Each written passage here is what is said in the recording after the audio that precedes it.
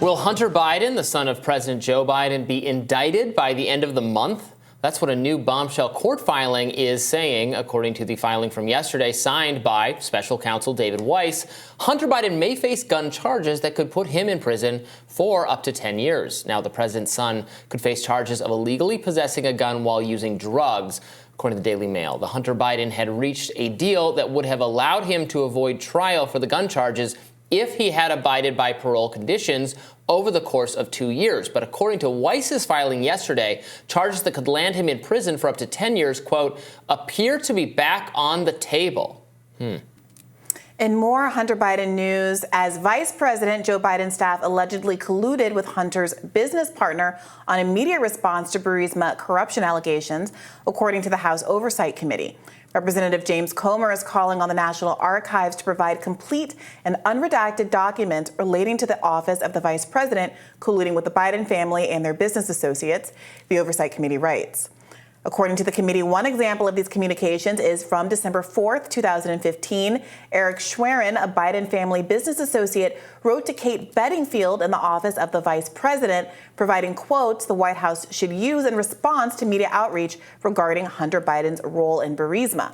Representative Comer recently discussed the alleged back and forth emails while on Fox News. We believe that many of these that were using the pseudonyms also had redactions that pertain to things about Hunter Biden, even redacting the fact that he was copied on these. So what Joe Biden's always said and the mainstream media has always gone along with is that, well, there was no, why are you investigating Hunter Biden? He wasn't a part of the government, and Joe Biden had a firewall between the government and his son.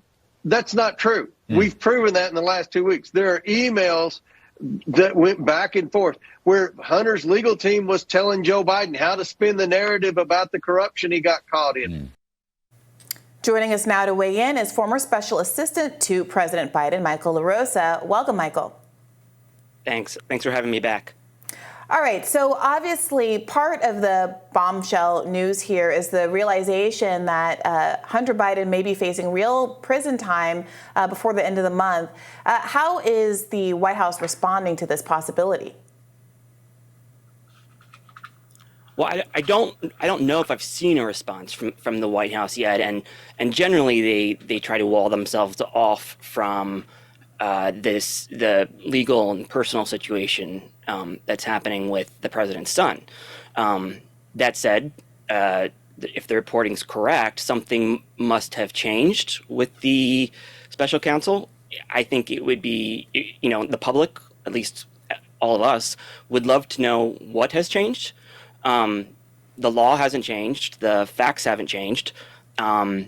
We know that there's been political pressure. Maybe that's what's changed, political pressure from Republicans.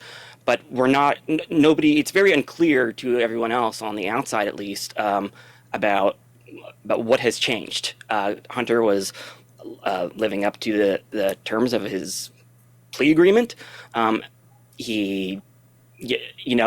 It's important to remember, first of all, that this investigation went on for 5 years. Now, that's longer than the Monica Lewinsky investigation in Whitewater. And there's good question whether or not this would even be opened as an investigation were it not a political threat to the former administration.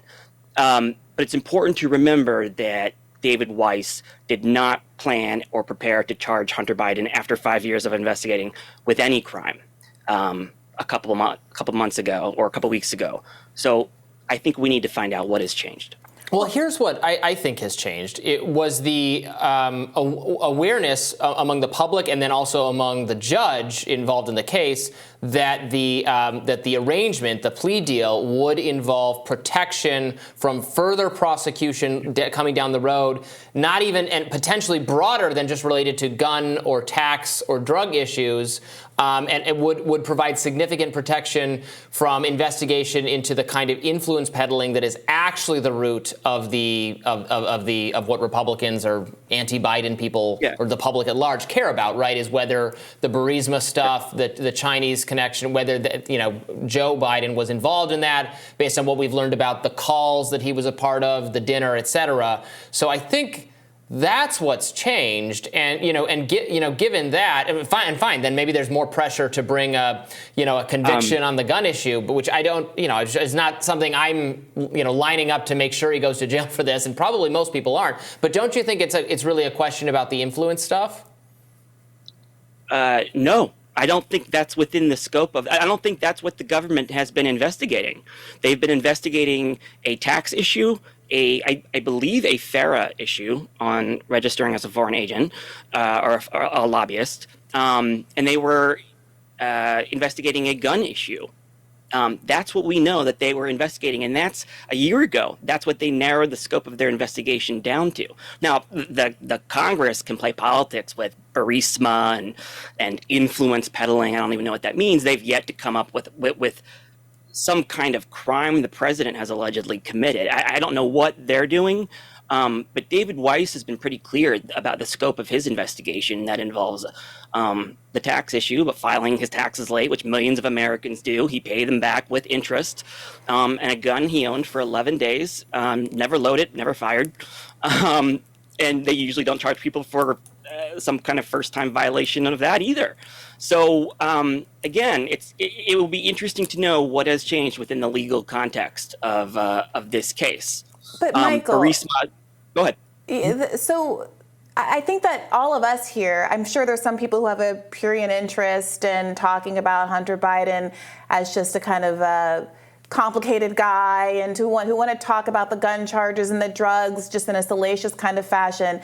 But between all of us, I think that we all recognize that we would prefer to see fewer people go to jail, a smaller, prison population. We recognize that there's a way that this can be politicized to try to hurt Biden through his son.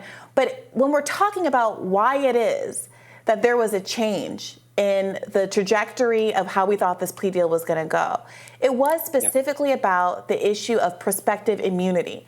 And the judge looked at the deal, and it wasn't about saying, well, he needs to do harder time for the tax charges or the gun charges, but to design a deal that would shield him from any liability, any culpability on these other charges, on the accusations of influence peddling and the like. That really is at the core of this. That's not part of that wasn't part of the influence peddling is a very loose term, and that's more of a political issue for Congress. Let's talk specifically about it. Well, then let's talk specifically about what is meant by. What you're saying, Bree, is that something must have changed that is significant and within the scope of the DOJ's investigation. No, that's not what I'm saying. I'm saying the judge, wait a minute, Michael. What I'm saying is that the judge looked at the immunity and said, basically saying that you're not going to be able to go down for anything else that you've done wildly outside of the scope of the tax and gun charges is not how the law works, and only seems to be on the table because there's some anticipation that you might be charged with something else that may come out of some other investigation. That's not to say that there is proof, obviously, at this time that there has been any influence peddling or any wrongdoing. But given that there's no proof, why build a deal that would prospectively guard him from any liability in that other area? Isn't that what has happened? Again, I think what you're referring to is the registering as a foreign lobbyist part of the investigation. Now, I don't know about you, but when two parties sign an agreement, submit an agreement, openly discuss their agreement, that's usually an agreement. So both sides were actually on the same page, and it's not unusual for judges to question pretrial plea agreements. Now, and that's what happened. The judge questioned it. She didn't say it wasn't the law. She just said, "Are you aware of what is your interpretation? Because this is my interpretation." And then the deal broke apart. And we don't know why. And that's why we're here today, because we don't know what has changed. Barisma is a completely separate issue. It's a completely separate issue. Yeah, the change is that as the judge discovered that this was going to be immunity for a potential future investigation. And you're right, you're saying, I agree with you that the David Weiss investigation has been limited to these things. The question is whether that is appropriate given or maybe it's appropriate for David Weiss because he wasn't given enough of a mandate. This is exactly what Republicans are mad about and have lost faith in him about. But what they really want to know is whether it's going to be looked into. I mean, given that Joe Biden as vice president bragged about something that went down in Ukraine with that prosecutor, and that was then part of the reason Trump was impeached the first time, and that involves Burisma and Hunter Biden. And now we've learned about the calls and the dinner. It's good that we're talking about this because it's important for the viewers to understand the context and the separation and the difference between the two. It's important to know that the Attorney General and David Weiss have both said he had all the latitude in the world. He could have charged Hunter Biden with any crime. He did not. Now let's wait and see what has changed. Now, Burisma, I'm sorry. And you're talking about you're accusing the former vice president of corruption. Let's talk about Burisma. Burisma is an oil and gas company Hunter sat on the board of. Not illegal, not unethical. Very common, actually. Go back and look up Neil Bush. Influence peddling is a very broad term.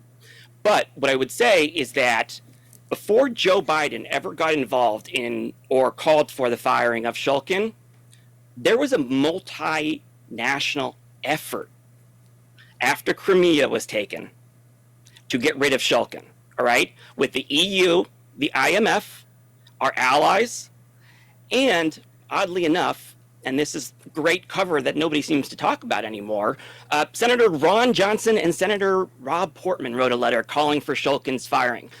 And if you go back and look at Devon Archer's testimony, one of the most compelling parts was when he said Burisma was fine with Shulkin. Burisma was fine. Joe Biden wanted to get rid of Shulkin, as did the international community, as did our allies, because he was corrupt. Hunter and Archer apparently didn't mind keeping Shulkin there. Archer said it under oath or in testimony. Shulkin was fine. The rest of the world and Joe Biden, again, long after Ron Johnson, long after the international community wanted to get rid of the prosecutor. It's important for us not to have selective memories about these things and not to allow Republicans to conflate and muddy the waters. We're talking about two very different things. Vice President Biden was not making, there was no corruption. There was nothing he did untoward. And the Republicans were in power in 2015 and 2016 to investigate him. Apparently he was no threat then, but now we are investigating his kid now. Right. What has changed? Biden's become president. You're even if all of that could be true, but why I'm interested now is that now we've learned that Biden was on a number of calls, or we've heard that accusation that he was on all these calls with Hunter Biden and some of these business associates, that there was a dinner. But wait a minute, there is evidence of that. Somebody has said. There's testimony. Yeah, there's testimony of someone who was on the call. No, you can say that it's circumstantial evidence, but that is in fact evidence, Michael. There's evidence that Archer said. Devon Archer said the vice president had never done business. There was never material conversations about the business. And that's fine. We're not to say hello a couple of times. Yeah, even if he was on a call, what would be the crime? Right. So there's neither Robbie and I are alleging that there's a crime, but Michael, what we're talking about is what there is. Then the reason that we're having this. Why do we care what the president's kid did if the president didn't commit a crime? Because what's the public there's some interest? question about whether or not it has been sufficiently investigated. So, for example, one of the things that has changed is that are we investigating Hunter or are we investigating the president? Who are we investigating here? One of the things that has changed is that Weiss asked for special counsel status, and one of the beliefs that's out there is that he felt insufficiently insulated from blowback from the White House if he did pursue an investigation in a certain kind of direction. Not if you believe David Weiss. So what? Not if you believe David Weiss. Well, I mean, that's an open question. A lot of Republicans have lost faith in him because he offered a deal that immunized him from this future inquiry. That seemed like a boon to him. Not even like it's just a slap on the wrist and he deserves a harsher punishment, but that it's actually a gift. He wasn't immune from congressional investigations. I don't know why there's congressional investigations, because they have oversight authority. That's why. They didn't do it when they had the power 4 years ago. They're doing it now because Biden's the president, and they want to investigate his kid because they can't investigate Biden. That's the difference here. Yeah, I mean, I do think it's a little. I don't understand what we're why we care about investigating the president's son if the president is not a target? Because the former president was impeached over a very related matter. I mean, I wouldn't even necessarily make that argument. If I could just make the argument I would make. Wait, we gotta be careful about this. It matters, right, for history. The former president was impeached for bribing a foreign country and holding up congressionally authorized aid. That's why he was impeached. That is a high crime against the Constitution, bribery, right? Michael, no one is investigating Joe Biden here. There is no investigation into Joe Biden. I want to go back. I want to respond, because I haven't yet, to this idea that nothing has changed and what the connection is between Joe Biden and this Hunter Biden investigation. I think it's really important to really underscore that the language that was struck from the plea agreement was offering immunity for, quote, any other federal crimes relating to matters investigated by the United States. I'm sure you can acknowledge that is an incredibly broad swath of immunity. That's not to say if there's no other investigation to be had, that's not to say he's guilty of something else. You're right. There's been no smoking gun.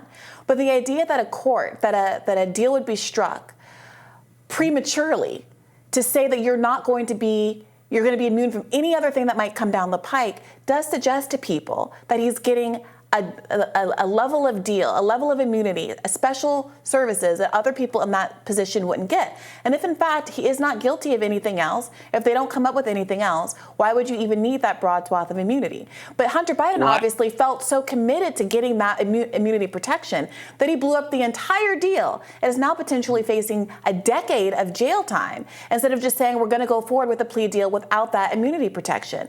So do you not read anything into that at all?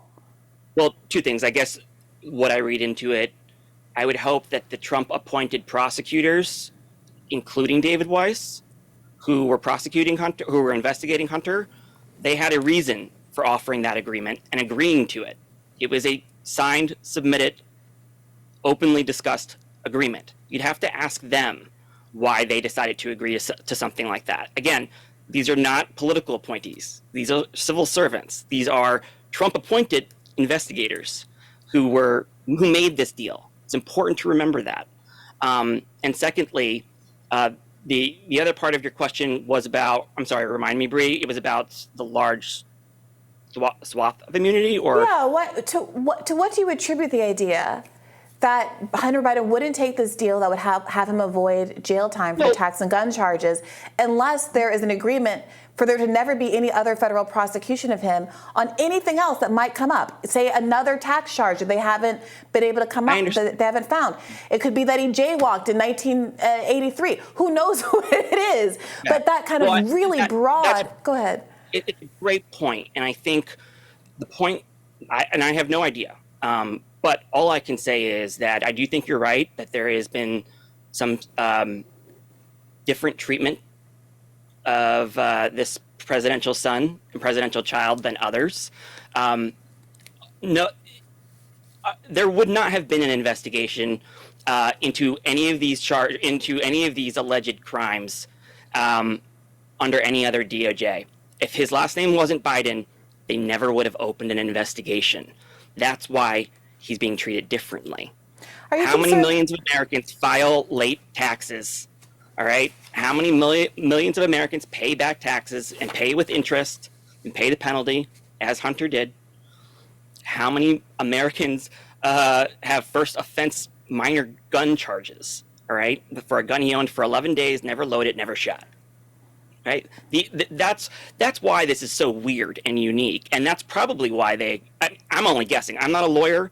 I wasn't in the room, but I can imagine maybe that's why he wanted immunity, so he didn't have to keep going through this, because he's been a political target because of who his father is, because of what his last name is. I mean, it's a large country with a lot of municipalities. I'm sure there are probably a lot of examples of people who did the exact same thing and faced no prosecution at all. There are probably some people with less access to good legal counsel and financial situations and got the book thrown at them for very minor gun and drug issues all the time under policies that Joe Biden himself has supported, right? His drug policies are not very forgiving. I'm not one of those people saying that should be held against Hunter Biden necessarily. Again, I don't want to have mass incarceration, or I support the Second Amendment, I support drug legalization. I'm really not saying that, but anyway, we should. I'll leave you with one last thing, just to think go about. ahead. Okay. All right, I wrote a piece about this for The Hill. President Bush, when he was Bush 41, when he was president, his son at 30 got on the board of a bank in Colorado. Happened to be during the national savings and loan crisis. Okay, how did he get on this board? Why would he want to be on that board? His last name got him on that board, right? His expertise was not in banking. His expertise was not in financial institutions. Nonetheless, he sat on that board. The bank went bankrupt, and the taxpayers had to bail out the president's son, the current sitting president's son, to the tune of $1.5 billion.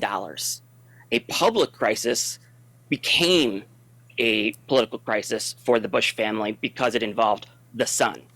Hunter Biden hasn't cost anybody anything. Hunter Biden has not. There is no taxpayer interest in Hunter Biden. There just isn't. Well, I'm was for very Neil much Bush. against. I what wish they we had, did. wait a minute. I wish we had been able to never got their get money to. I wish we'd been able to get to the facts that motivated this segment.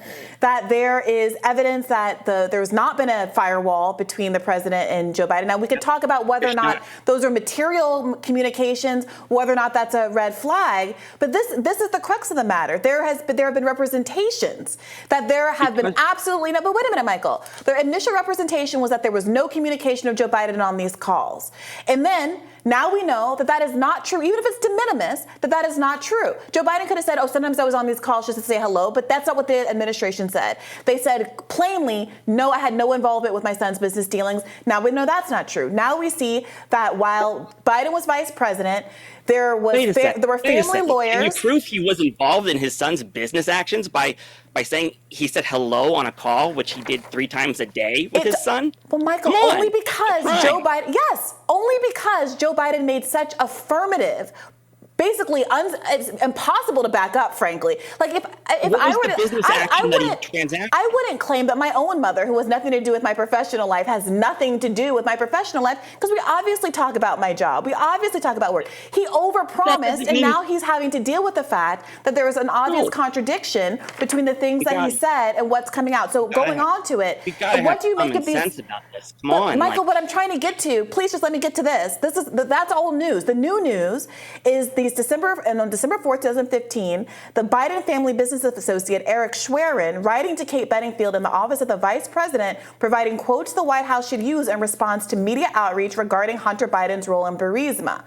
Now, do you think that kind of behavior was appropriate? And is the Biden administration now going to have to respond that this is in contradiction to what he said before about there being a firewall when it comes to his son? All right.